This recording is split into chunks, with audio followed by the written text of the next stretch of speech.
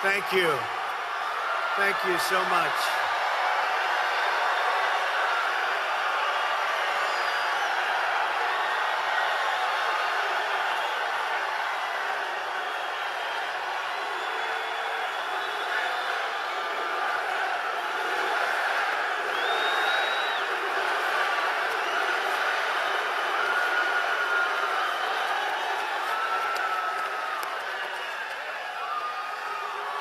Oh, boy. What a crowd. What a crowd. And outside, we have many more people than this outside. It's incredible. Incredible. Really incredible. Thank you very much. And it's great to be back in Florida, my second home, as you know. We love Florida. This was a great victory for us in the primaries, and this is what's going to take us over the top in the general election, November 8th.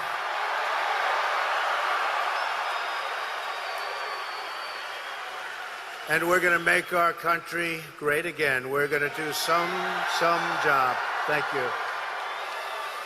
As you know, we're doing very well in the polls, and we're leading in many, many states, including the great state of Florida.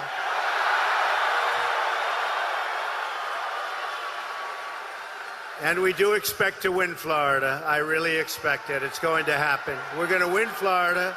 We're going to win back the White House. And we are going to be so happy with winning again, right, for a country. Our country is going to win again. But today we have some very, very serious matters to discuss.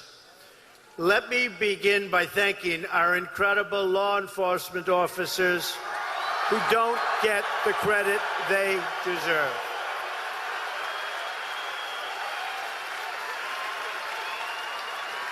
But when I'm president, they will get the credit they deserve. What a fantastic job they do. What a fantastic job they do. Incredible. There have been Islamic terrorist attacks in Minnesota and New York City and in New Jersey. These attacks and many others were made possible because of our extremely open immigration system, which fails to properly vet and screen the individuals or families coming into our country. Got to be careful. Attack after attack, from 9/11 to San Bernardino, we have seen how failures to screen who is entering the United States puts all of our citizens, everyone in this room, at danger. So let me state very, very clearly, immigration security is national security.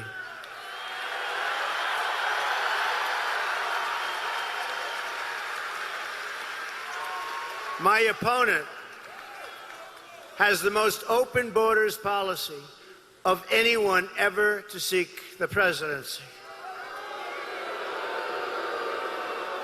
As Secretary of State, she allowed thousands of criminal aliens to be released into our communities because their home countries wouldn't take them back. They didn't want them. They didn't want them. They were too bad. They said, keep them, United States. We don't want them. And she did nothing about it. Now, she wants a 550% increase in Syrian refugees above the high numbers we already have. Altogether, her plan would bring in 620,000 refugees in her first term with no effective way to screen them or vet them. Law enforcement said there is no way. Her plan would cost $400 billion in terms of lifetime welfare, benefit, and entitlement costs. You can't have vetting if you don't look at ideology. And Hillary Clinton refuses to consider an applicant's worldview and thus their likelihood of being recruited into the terror cause at some later date, which is going to happen in many, many cases. This isn't just a matter of terrorism. This is also really a question of quality of life. We want to make sure we are only admitting people into our country who love our country. We want them to love our country.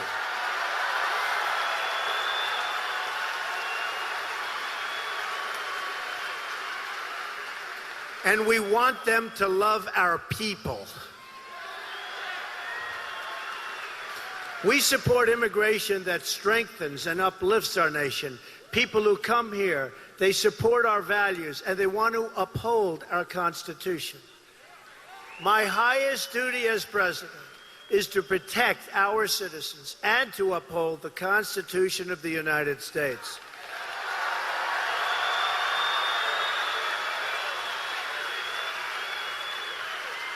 I will honor that duty to the fullest extent every single day, and I will never waver, and I will tell you that I consider a sacred obligation, sacred.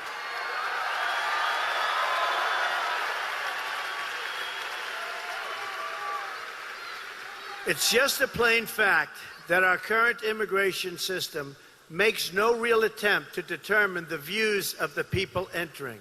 Since 9/11, hundreds of immigrants and their children from high-risk regions have been implicated in terrorism and terrorist-related activity in the United States. Hundreds and hundreds. The Senate Subcommittee on Immigration, chaired by Senator Jeff Sessions, who is a truly great senator and man, has released this information in great detail, and we encourage you all to look it up. Now we learn today that another 858 immigrants from dangerous countries have slipped into our country and have been granted full citizenship despite pending deportation orders. These are people that were supposed to be deported, and they were given full citizenship. They made a mistake. This is totally unacceptable. Altogether, there are nearly 1 million individuals in the United States with deportation orders who have not yet been removed.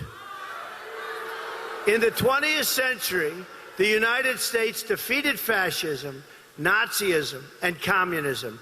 Now we must defeat radical Islamic terrorism.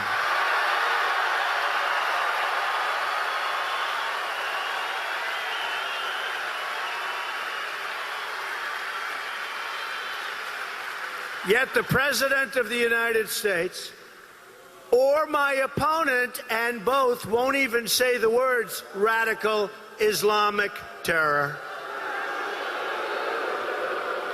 In fact, Hillary Clinton talks tougher about my supporters than she does about Islamic terrorists, right?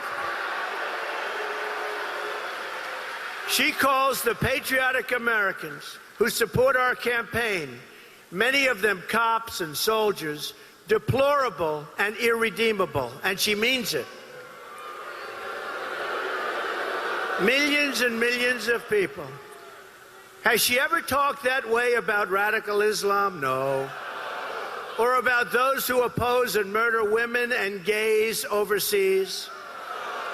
Has Hillary Clinton ever called people who support these practices deplorable and irredeemable? No. In many countries overseas, non-believers face the death penalty. Where is Hillary's condemnation there? There is no condemnation. Let's ask Hillary Clinton, how many people who subscribe to radical Islamic views and support the oppression of non-believers would you call deplorable or irredeemable? Or are those words reserved only for hardworking Americans that truly love our country and they want to make a statement? To hear the words Hillary Clinton uses, one could be forgiven for getting the impression that she thinks these hardworking Americans are somehow a greater threat to our country than Islamic extremists. This summer, there has been an ISIS attack launched outside the war zones of the Middle East every 84 hours. Here in America, we've seen one brutal attack after another. 13 were, I mean, have you ever seen anything like what's going on with our country? And we don't do anything. 13 were murdered and 38 were wounded in the assault on Fort Hood. The Boston Marathon bombing wounded and maimed 264 people and ultimately left 5 dead, including 2 police officers, and so badly wounded. In Chattanooga, Tennessee, 5 unarmed Marines were shot and killed at a military recruiting center. Last December, 14 innocent Americans were gunned down at a party. Think of it, an office party in San Bernardino, and another 22 were horribly injured. In June, 49 Americans were executed at the Pulse nightclub in Orlando, and another 53 were injured terribly. It was the worst mass shooting in our history and the worst attack on the LGBTQ community in our history. In Europe, we have seen the same carnage and bloodshed inflicted upon our closest allies. In January 2015, a French satirical newspaper, Charlie Hebdo, was attacked for publishing cartoons of the Prophet Muhammad. 12 were killed, including 2 police officers, and 11 were wounded. 2 days later, 4 were murdered in a Jewish deli. In November 2015, terrorists went on shooting, and they just went on a rampage. And this you heard, and you'll never hear the end of it. One of the worst things that anybody has ever seen. They went on a rampage. They slaughtered 130 people and wounded 368 people, so gravely wounded that many are still in the hospitals. And they'll never be the same. In March of this year, terrorists detonated a bomb in the Brussels airport, killing 32 and injuring 340 people.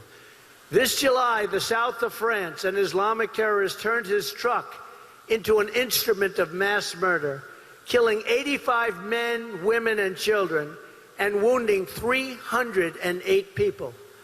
Among the dead were 2 Americans, a Texas father and his 11-year-old son. Shortly after that, in Germany, a refugee armed with an axe wounded 5 people in a gruesome train attack. Also this summer, an ISIS killer invaded a Christian church in Normandy and forced an 85-year-old priest to his knees and slit his throat right before his congregation. Overseas, ISIS has carried out one unthinkable atrocity after another. Christians driven from their homes and hunted for extermination. ISIS rounding up what it calls the Nation of the Cross in a campaign of genocide, horrible genocide. We cannot let this evil continue. Cannot do it.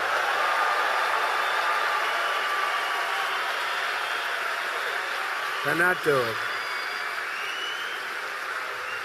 Nor can we let the hateful ideology of radical Islam, its oppression of women, gays, children, and non-believers, be allowed to reside or spread within our country.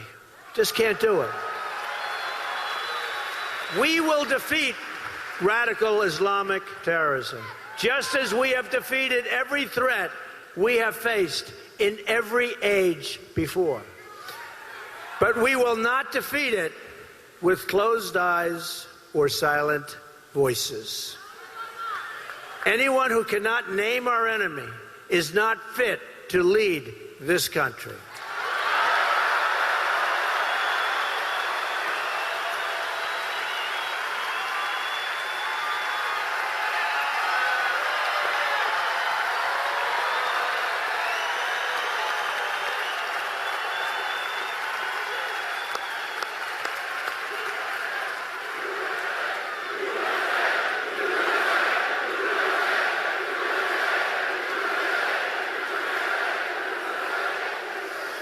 Do we love our country? Do we love our country?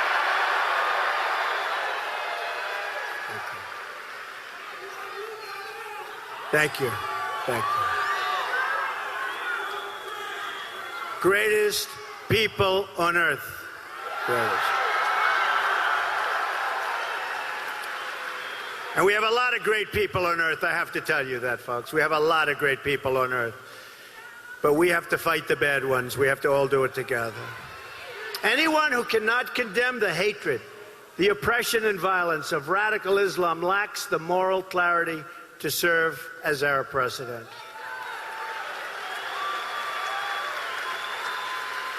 Just remember, doing it for many, many years, and now she's saying what she's going to do. She very much caused the problem when you think about it. Her weakness, her ineffectiveness caused the problem, and now she wants to be president? I don't think so. The commander-in-chief of this nation must speak with moral clarity and conviction. Our system of government is the best in the world, and as your president, I will defend our values and speak out against all of those who assault our values in any way, shape, or form.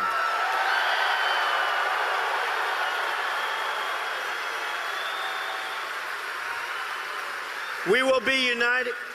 Thank you. We will be united and unified as Americans across all backgrounds and all walks of life. Today, we have caught this evil thug who planted the bombs. Thank you, law enforcement. Thank you, police. Great.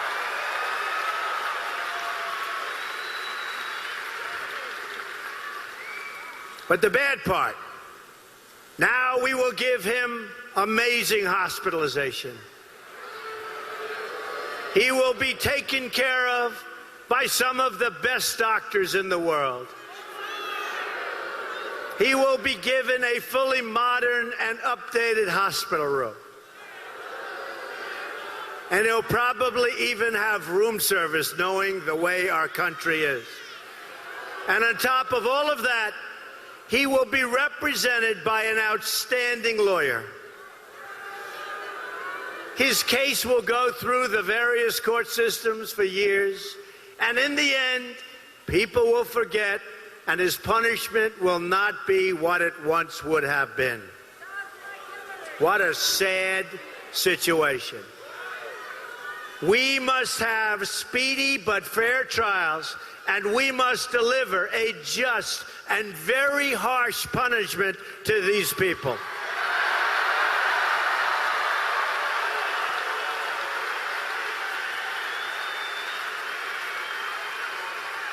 We must also use whatever lawful methods are available to obtain information from the apprehended suspect to get information before it's no longer timely.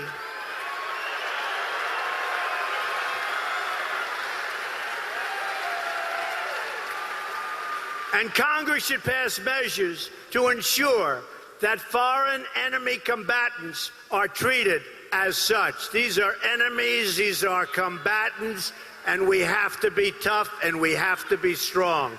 Hillary Clinton is a weak and ineffective person, and I will tell you, if you choose Donald Trump, these problems are going to go away far, far greater than anybody would think. Believe me.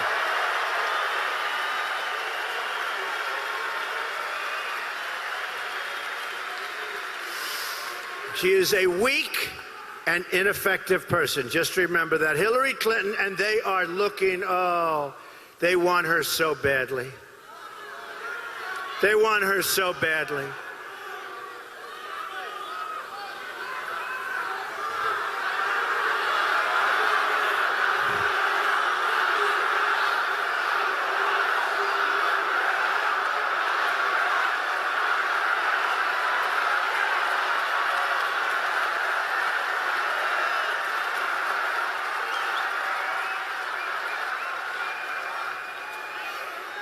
They want her so badly to be your president, you have no idea. It will be a field day. So Hillary Clinton's policies in Iraq, Libya, Syria, other places are largely responsible for the rise of ISIS in the first place. Her attacks on me are all meant to deflect from her record of unleashing this monster of evil on us and all over the world. And her claim that my opposition to radical Islamic terrorism is this was something she said today, that it's my strong opposition to these people. That's a recruiting tool, and it demonstrates a level of ignorance about the terror threat and its motivations. Now, let me just tell you, she is not the right person to solve a problem that largely her and Obama gave us. That Obama gave us. It disqualifies her from being a credible presidential candidate, in my opinion. What do I know? In my opinion, does everybody agree with me or not?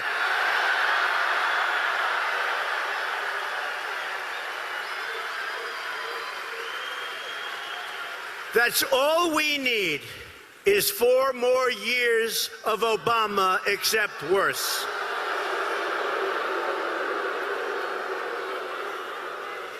And I will say this, you see that in the polls, you see it all over, you see it outside. She has very, very, very low levels of enthusiasm. I think a lot of people are not going to bother and go to the polls to vote for her, but I know that our people, and this is also in the polls, the highest level of enthusiasm that they've seen. We're going to vote.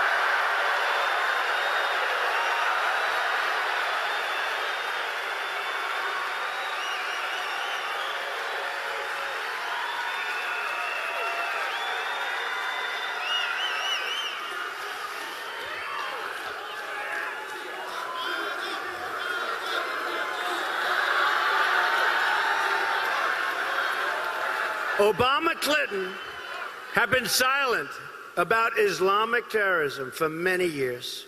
That's not lessened the recruiting, but it's increased it. That's what's really happened. It's increased. It's weakness invites aggression. We're weak. Weakness invites aggression. And silence in the face of a brutal enemy, and they have become brutal because we've allowed them to become brutal. It allows it to spread, and that's what's happening all over the world. Now, has anyone ever heard the snake that I read every once in a while? I can do it if you'd like. Should I do it or not? Should I? Because to me, this was written by Al Wilson in the 1990s, and I heard it, and I said, boy, that's exactly what's going on here. The snake, because people are coming across our border, people are coming in and brought into our country. We are going to make potentially the Trojan horse look like something that's very unimportant by comparison. And we don't want to be the ones that in 200 years from now they're reading about allowing something else into our country with a different name than the Trojan horse, but had the same impact. So this is called the snake, and this has to do with people coming into our country, and I think you'll enjoy it. Let's see. And more important than enjoy, I think it'll make a point.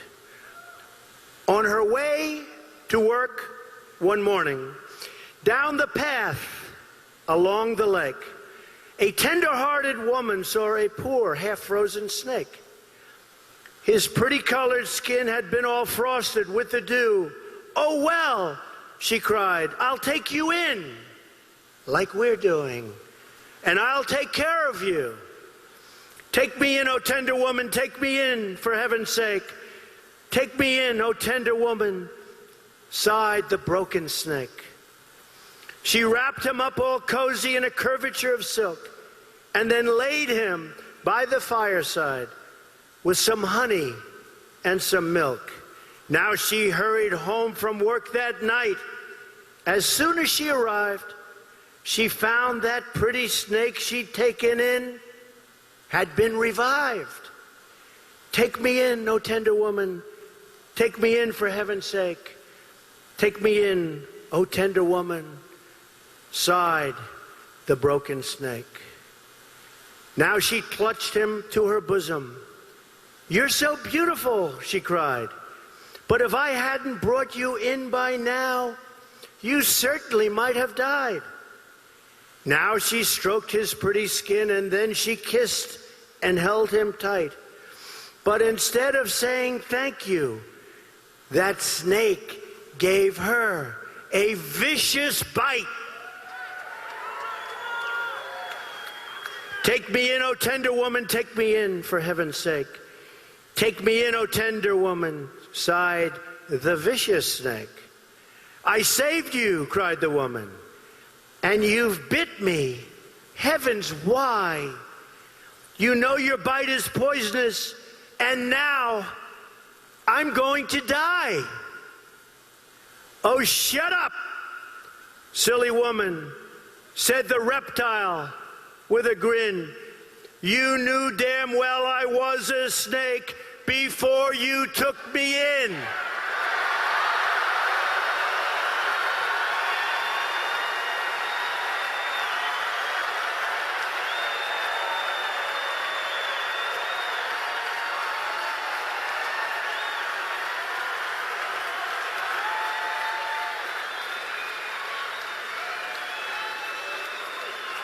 It's amazing. Gonna happen unless we get very, very, very smart. Oh, don't worry about it. We're gonna build a wall. Don't worry about it. We're gonna build a wall. Don't worry about it. We're gonna build the wall, and Mexico's gonna pay for the wall, and we're gonna make great trade deals, and lots of good things are gonna happen. Don't worry about it. So ISIS is torturing, murdering, executing, and exterminating people in a campaign of genocide. And what is Hillary Clinton's suggestion? That we should censor our vocabulary and never say these certain words. Refusing to say the words radical Islam has not saved a single life and never will. Our president doesn't say the words, and look what's happening here and all over the world. They refuse to say the words, we're presiding over something that the world has not seen. The level of evil is unbelievable. When we went to high school and we went to college, we'd study medieval times. That's when they chopped off heads. Well, we're in medieval times. That's what we are. They chop off heads. They drown people in steel cages. They bury people in the sand. We've never seen anything like that. I was against going into the war in Iraq, but we got out the wrong way. President Obama did a terrible thing the way he got us out of the war. And by the way, and somebody was telling me, a great expert this weekend, Iraq has essentially been taken over by Iran. All of those lives, all of that money, trillions and trillions of dollars, what have we got? And then on top of it, he got us out the wrong way, and ISIS formed. Great job, President Obama. Great job. Great job. Just like we named our enemy in the Cold War, so too must we name our enemy today. Clinton's comments might not fit the far left think tanks, but they have no place for someone seeking a job as commander-in-chief. They aren't just naive, but reckless, and they're beneath the high standards of the office that she is seeking. The White House says it's just a war of narratives. Imagine telling that to the thousands of people murdered by this sadistic, evil enemy. This is the so-called leadership that's turned ISIS loose on the world and flung our borders wide open, wide open. It's time for tough borders. It's time for common sense. It's time to do things right. We have to put America first. We have to put America first.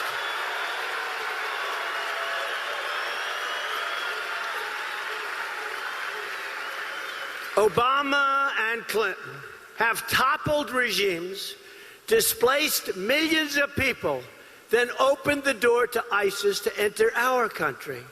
This is a not too smart policy. This will go down, when people look at this in the years ahead, as among the worst foreign policy decisions ever made by any country at any time. We have opened the world to ISIS, and now we have to close those doors.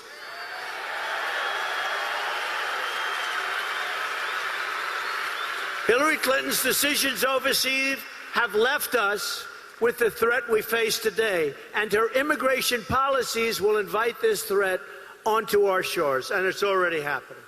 We must stop the massive inflow of refugees, which Hillary Clinton is trying to dramatically increase. Far more than we're taking in now. She wants it dramatically increased. You almost say, is this possible? You almost say, can this even be happening, especially in light of what's going on all over the world? We should temporarily suspend immigration entirely from regions where safe and adequate screening cannot occur.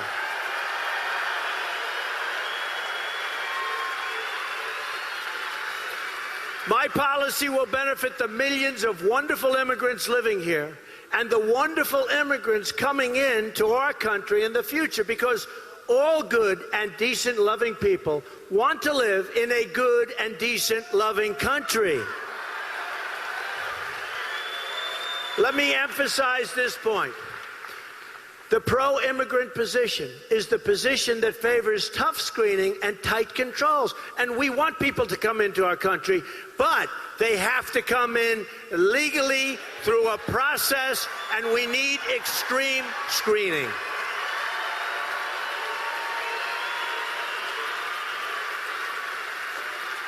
All immigrants benefit when we keep out those who do not truly wish to join our society.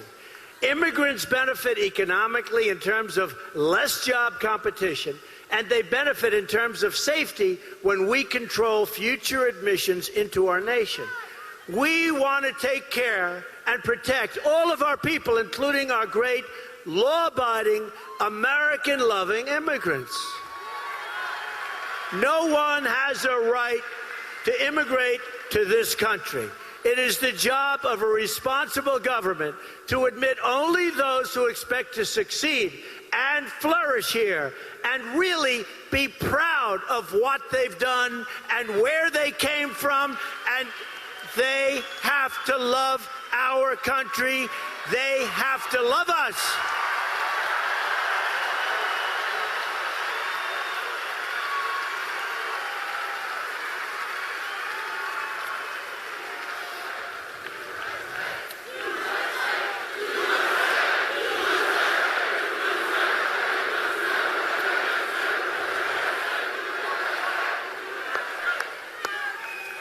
What amazing people. You know, Florida, I think we're going to win by a lot.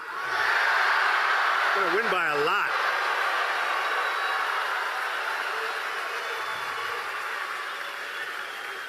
I can say this. When Hillary comes in, she has very small crowds. That I can tell you. And I hope the press is covering the size of this arena and the crowd here and the thousands that are outside. Which they're not. Which they're not. Pew polling shows that in many of the countries from which we draw large numbers of immigrants, extreme views about religion, such as the death penalty for those who leave the faith, are commonplace. For instance, according to Pew, a majority of Afghanistan and Iraq, the people in Afghanistan and Iraq say honor killings of women are often justified. We've admitted around 100,000 from these countries over the last short period of time. And this thug today, they think, came through Afghanistan. What kind of screening procedures were performed? These were difficult subjects, but they must be discussed by all responsible leaders. We have an obligation to discuss them and to come up with the right solution. This is the kind of thing we need to have an honest conversation about. When devising screening methods, they have to be good screening methods. They have to be methods that work. And unless we have those methods, sorry, folks, you can't come into the country. Sorry. Just look at the San Bernardino horrible shooting and the female shooter who came on a fiancé visa from Saudi Arabia. Defeating this threat will also require the best intelligence gathering in the world. By the way, the detainees being released from Gitmo are returning to the battlefield. You're hearing about that, right? Let them go, and then they return to the battlefield, and everybody's surprised. Is anybody in this room surprised that many of those detainees are returning to the battlefield, and some immediately? We also need the best protection of classified information. That is the worst situation. Hillary's private email scandal, which put our classified information in the reach of our enemies, disqualifies her from the presidency. Totally. Then she covered up her criminal acts by mass deleting her emails. How about she gets a subpoena from the United States Congress, and after she gets the subpoena, she deletes 33,000 emails plus, and everything's just fine. What is going on? And not only did she delete them, but she bleached them, something that most people have never even heard about. And she destroyed her phones, many the old-fashioned way, with a hammer. Did anyone ever hear of this before? This is beneath the dignity of the Oval Office. Our next president must also stand up for America and promote American values. Do you all remember President Obama's apology tour? He apologized for the United States. We're sorry. We're so sorry. We're so sorry. His naive words were followed by even more naive actions. The failure to establish a new status of forces agreement in Iraq and the election-driven timetable for withdrawal, a disaster, surrendered our gains in that country and led directly to the rise of ISIS. I oppose going into Iraq, unlike Hillary Clinton, and I oppose the reckless way Obama, Clinton left Iraq. The failures in Iraq were compounded by Hillary Clinton's disaster in Libya. President Obama has since said he regrets Libya as his worst mistake, and you wouldn't know to watch him. But I believe that if you could go back years and he had the decision whether or not to make her Secretary of State, he can never admit this, and I never expect him to, although maybe if he gets a lot of money for a book, but he would choose not to make her Secretary of State. That's what I think, because she was a disaster. She's the one who pushed for the war with one episode of bad judgment after another. And remember, Bernie Sanders, during the debates, said on numerous occasions that Hillary Clinton suffers from bad judgment. She does. So that bad judgment was just a disaster, and we have now the situation that we have, lots of problems all over the world, and yes, ISIS has been launched, and launched fully. Yet as she threw the Middle East into violent turmoil, things turned out very well for her. The Clintons made $60 million in gross income while she was Secretary of State. Enough is enough. It's time to break with the corruption, the bad judgment, and the failures. It's time to have a new and great American future.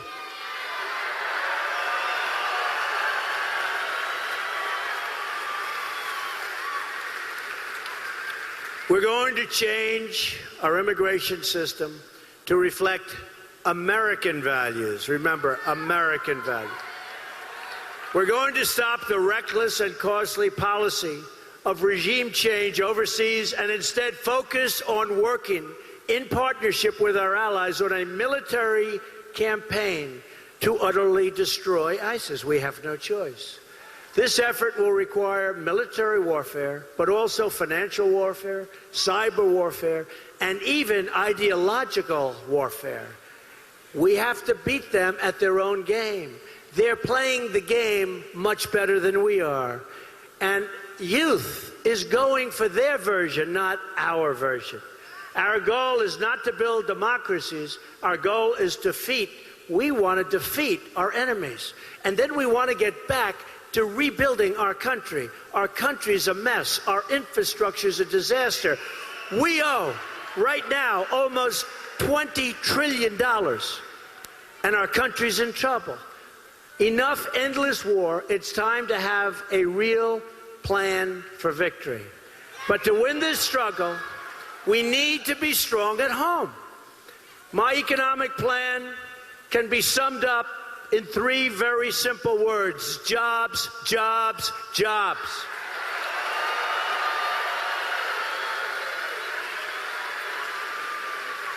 I am going to massively lower your taxes. That's businesses, and that's middle income, that's everybody. I'm going to get rid of the vast amounts of unnecessary regulations on your businesses and in your life. It's horrible. I'm going to repeal and replace Obamacare. It's a disaster.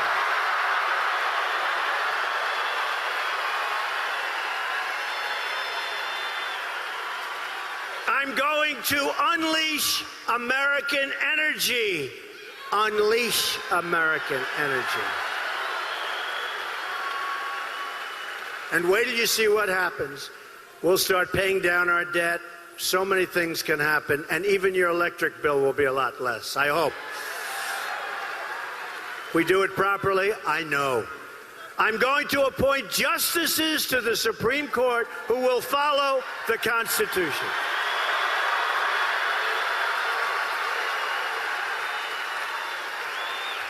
I'm going to rebuild our depleted military and take care of our veterans.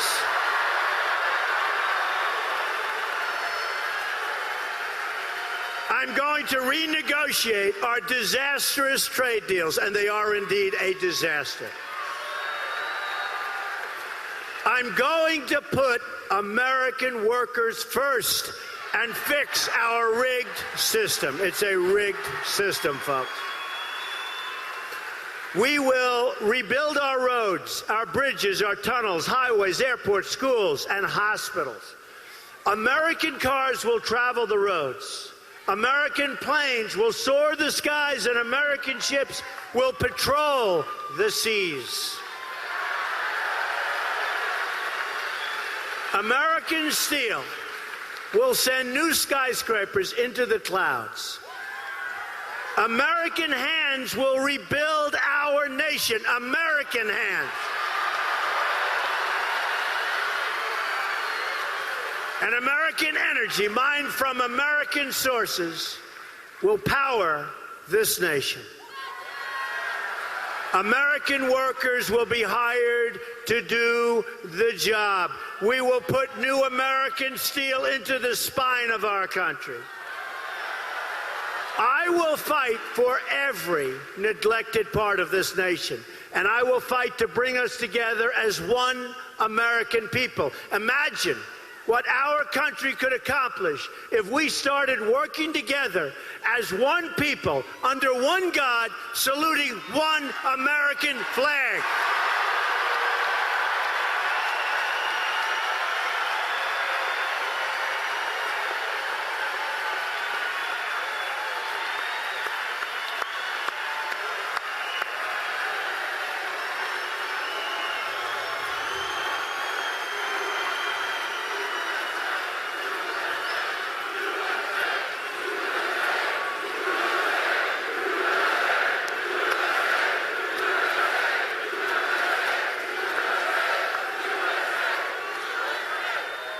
It's time to break with the bitter failures of the past and to embrace a new, inclusive, and prosperous American future.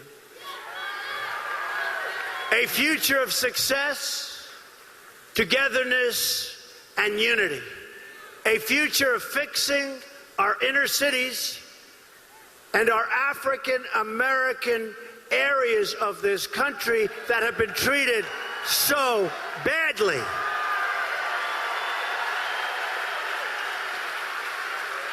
Our inner cities are a horror. No jobs, no safety, education is the worst. We're going to fix it. We're going to fix it. You've been hearing that for years and years by the Democrats who have run the inner cities for, in some cases, more than 100 years straight. We're going to fix our inner cities, and I'm going to get tremendous votes from the African American community. And we're going to get tremendous votes from the Hispanic community. We're going to bring jobs back to our country. We're going to bring jobs back to our country.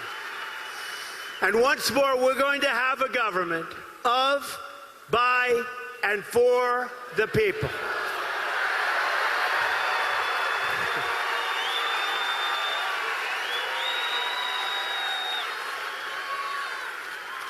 We will make America, and some people don't like this because it doesn't sound right, wealthy again.